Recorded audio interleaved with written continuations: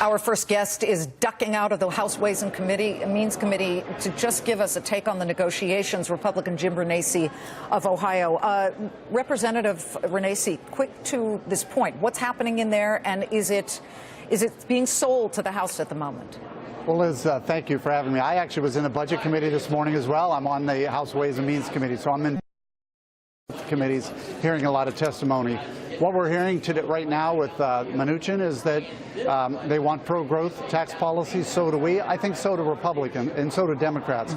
The goal has to be to get 3%. Mick Mulvaney was very good about that today in the Budget Committee. He said, if we don't get to 3% growth, we can't pay our bills, which is also very true. So the goal has to be, let's not say we can't get there, let's figure out a way to get there, especially when over the history of our country, especially the last 20 or 30 years, we've averaged over 3%. We just need to get back there. I agree, and I am encouraged to hear you say you think Democrats would like to see some of the same things. Are you getting the sense from people across the aisle that they would consider negotiating? Because Adam Shapiro just ran a soundbite from Debbie Wasserman Schultz, and of course we heard yesterday from Senator Schumer, and both of them look pretty intransigent on this.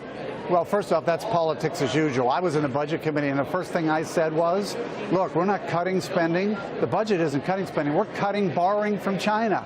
Every time we spend money we don't have, we're borrowing from China. So we have to start looking at that. I'm concerned for my children and grandchildren, just like we all should be. I said that at the Budget Committee. I think that's important. This is the first time we received a budget from a president that balances. That's another important thing. Now, I may not agree with everything in the budget, but we have to get to a balanced budget. We have to start recognizing that every expenditure we have, and what Mick Mulvaney said this morning was, I want to look at it from a taxpayer standpoint. If something isn't working, I want to eliminate it, just like people who were using their money. So I think that's important too, and I think that's the direction we have to take.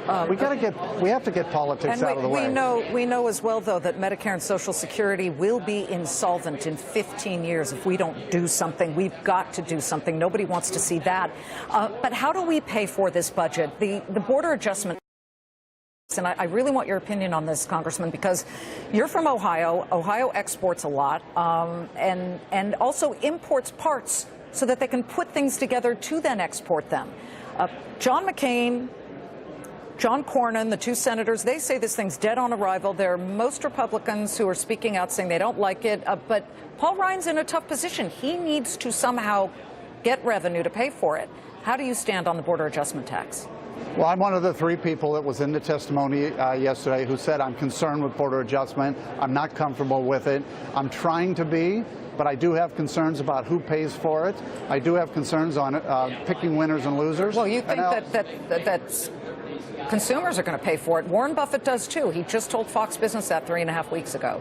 Well, I do too, and that's why I said I'm concerned it picks winners and losers. I'm concerned about who pays for it, and I'm concerned about whether it'll pass WTO.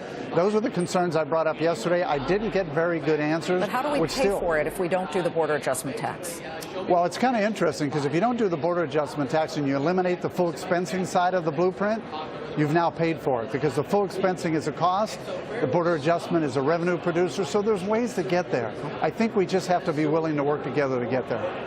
Well, thanks for efforting to get there, and thanks for rushing out of the committee meeting, and please feel free to take off the microphone and run back in. Thank you, Congressman. I'm heading back. Thank you very much, Liz. Congressman Jim Renacci ducking out of Stephen Mnuchin's testimony at the moment, just to give